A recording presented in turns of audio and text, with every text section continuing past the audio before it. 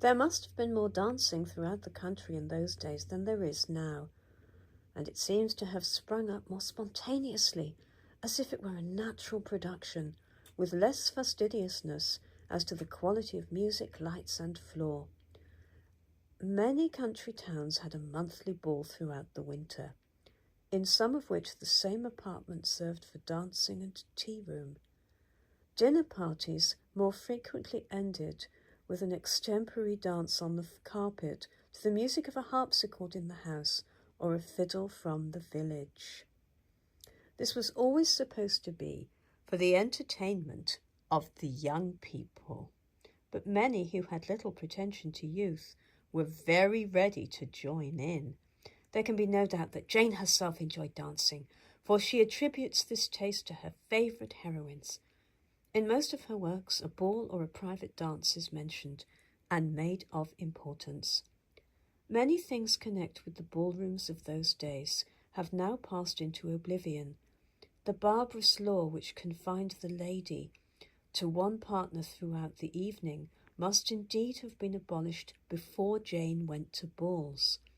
It must be observed, however, that this custom was in one respect advantageous to the gentleman, inasmuch as it rendered his duties more practicable. He was bound to call upon his partner the next morning, and it must have been convenient to have only one lady for whom he was obliged to gallop all the country over, the last night's partner to behold, and humbly hope she caught no cold.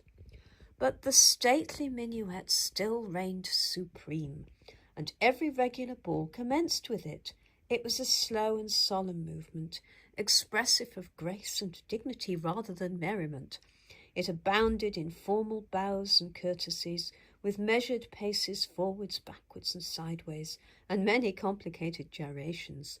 It was executed by one lady and gentleman, amidst the admiration or the criticism of the surrounding spectators.